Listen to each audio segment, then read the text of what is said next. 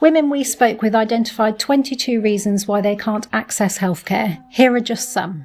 Women and men, but women go to an appointment and they'll have filled a form in and it will say what any challenges or any support you need, and they've put on the form that they're autistic.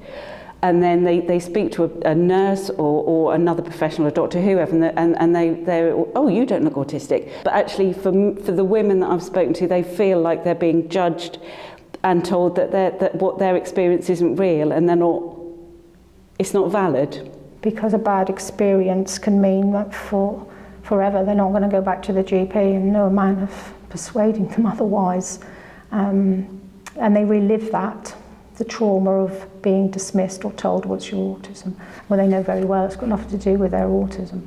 And then there's the opposite side of that, actually, where they go to their GP and it's not taken into consideration that they have autism, and they're treated with little information, whereas an autistic patient needs a lot of information to understand and to process what's being said to them. It's easy for a professional to think, well, this person has autism, so what they're explaining and what they're saying is wrong with them has to be to do with autism. And when it comes to going to hospital for hospital appointments and things like that, they don't want to go, they refuse to go, and the investigations into what they've been experiencing never happens, even if a GP does decide that they need to go and have it investigated. We go into doctors, and the feedback from the conversations that we've had is that as a woman you'll ask about something that you're worried about, and there's almost like there's a preconceived idea of it's a phase you're going through, it's your menopause, it's your periods, it's your mental health, it's this, that and the other. Here's some antidepressants, come back later on.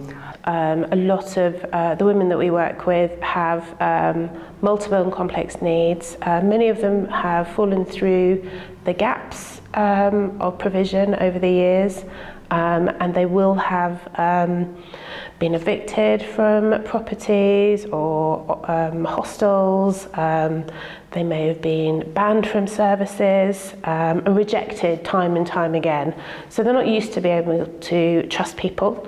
And when you have to go through a series of barriers to get to speak to somebody, to then open yourself up and be vulnerable, it becomes even harder, to be honest. Women feel like they have a stigma attached to them.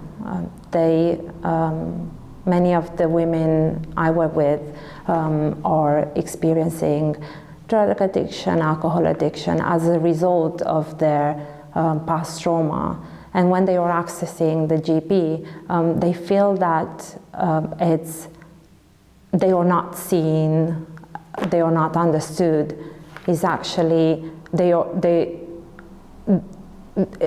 been told that they need to give up something, such as their alcohol addiction, for example, and their problems, the problems that they initially wanted to have an appointment to talk about, are dismissed, and ultimately then they feel dismissed because they felt that they haven't been understood and they haven't been heard, which results in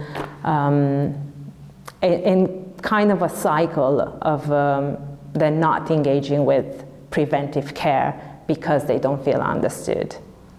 I think sometimes the feeling of shame of what things that they've been through in their past, that can be quite difficult for them, especially sort of like if you've gone through abuse. It's very difficult to come forward and talk about going through sexual abuse.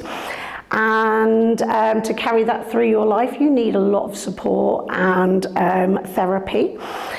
And I think when you can go to the doctors and sometimes you feel like you're not being listened to, you're not being believed, you can be suffering with your mental health, and a lot of this gets get pushed back. And if one person has had a bad experience with that doctor, oh, we're not going there, he's useless, she's useless, so-and-so went there. So it's to build up that community. The doctors should be a safe place to go and to be heard and to be treated and to get the right treatment.